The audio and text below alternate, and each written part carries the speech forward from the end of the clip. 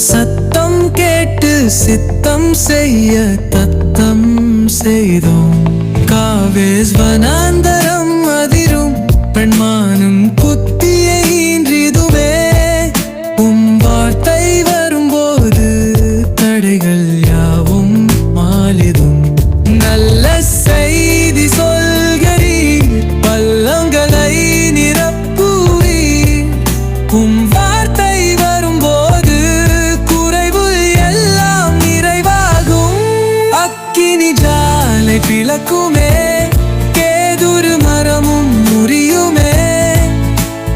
வார்த்தை வரும்போது வேதனை எல்லாம் மாறிடும்.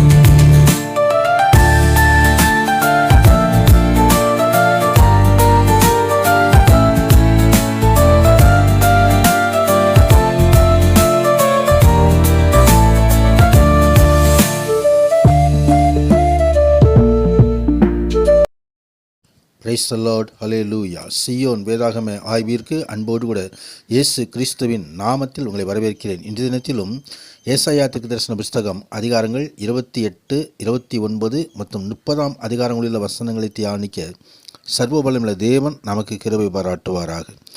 28வது அதிகாரம் முதல் 33 அதிகாரங்கள் வரைக்கும் ஏசாயா தன் சொந்த நாட்களிலுள்ள இஸ்ரவேலர், அவர்கள் எப்ராயிமின் என அழைக்கப்பட்டனர், அவர்கள் யூதர்கள், அவர்களை பற்றி தீர்க்க தரிசனம் சொல்லுகிறார். அவர்களுக்கு ஐயோ என்று சொல்லி வருகிறதான ஒரு அழிவை குறித்து எச்சரிக்கிறார். கர்த்தருடைய பரிசுத்த மகிமை உண்டாவது. தேவனாய் கர்த்தர் நம்மை எச்சரித்து பாதுகாக்கிற தேவன். எச்சரிப்பு வருகிறது என்று சொன்னால் நாம் வருகிறதான ஒரு அழிவுக்கு தப்ப வேண்டும் என்று சொல்லி எதிர்பார்க்கிற தேவன், தப்பும் வழியை நமக்கு காட்டுகிற தேவன்.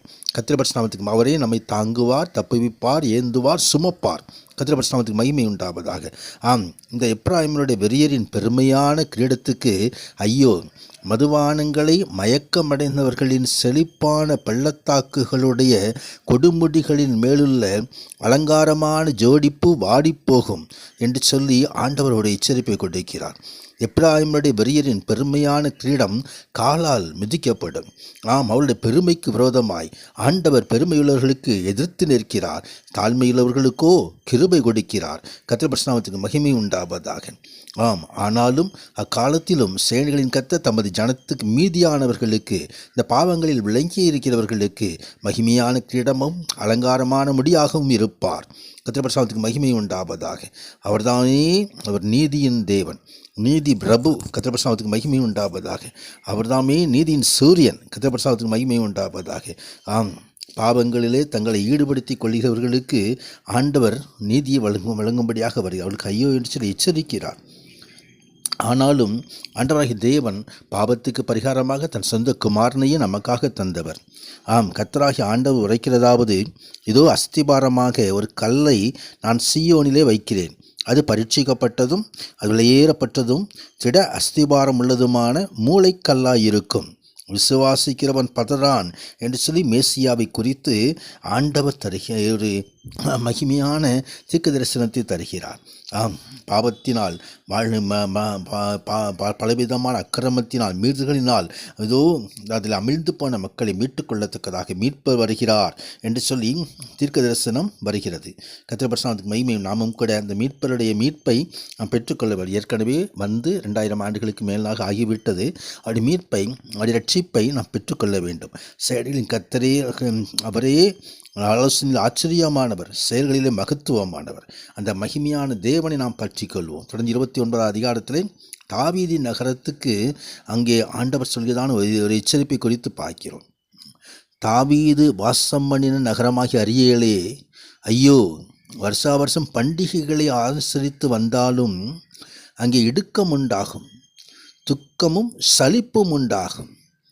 அங்கே உன்னை சூழி பாளையம் இறங்கி உன்னை தெற்றுகளால் முற்றுகை போட்டு உனக்கு விரோதமாக கொத்தளங்களை எடுப்பிப்பேன் என்று சொல்லி அங்கே எருசலேமுக்கு விரோதமாக ஆண்டவர் சொல்கிறதான ஒரு காரியம். எருசலேம் பாதுகாப்பாக இருக்கிறது என்று சொல்லி நினைத்து கொண்டிருக்கிறார்கள், பண்டிகைகளை கொண்டாடி கொண்டிருக்கிறார்கள். ஆனால் அவருடைய உள்ளமோ தேவனை விட்டு விலகி இருக்கிறது. அவர்கள் உண்மையாக தங்களை தேவனிடத்திலே அர்ப்பணிக்க மறந்து விட்டார்கள். வெறும் கொண்டாட்டங்களிலே தங்களை ஈடுபடுத்தி கொண்டார்கள்.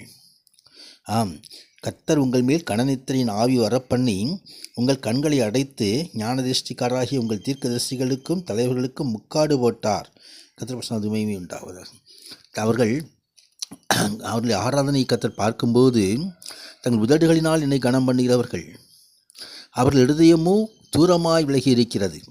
அவர்கள் எனக்கு பயப்படுகிற பயம் மனுஷருக்கு போதிக்கப்பட்ட கற்பனையாக இருக்கிறது என்று சொல்லி ஆண்டவர் அங்கே அவருடைய உள்ளம் அங்கலாய்க்கிறதை நாம் பார்க்கிறோம். ஆம், நமது உதடுகளினால் அல்ல, முழு உள்ளத்தோடு, முழு இதயத்தோடு, முழு பலத்தோடு தேவனை சேவிக்கும்படியாக அழைக்கப்படுகிறோம். ஆனாலும் தன்னை தாழ்த்துகிற ஜனங்கள், கர்த்தருடைய சமூகத்தில் ஒப்புக்கொடுக்கிற ஜனங்கள், சிறுமையானவர்கள் கர்த்தருக்குள் மிகவும் மகிழ்ந்து மனுஷரில் எளிமையானவர்கள் இஸ்ரவேலின் பரிசுத்தருக்குள் களி கூறுவார்கள். ஆம், அவர்களுக்கு மகிழ்ச்சி உண்டாகும். ஐயோ என்று சொல்லி ஒரு கூட்டத்துக்கு சொன்னாலும் இன்னும் ஒரு கூட்டத்துக்கு ஆண்டவர் மகிழ்ச்சியை தெரிவிக்கிறார்.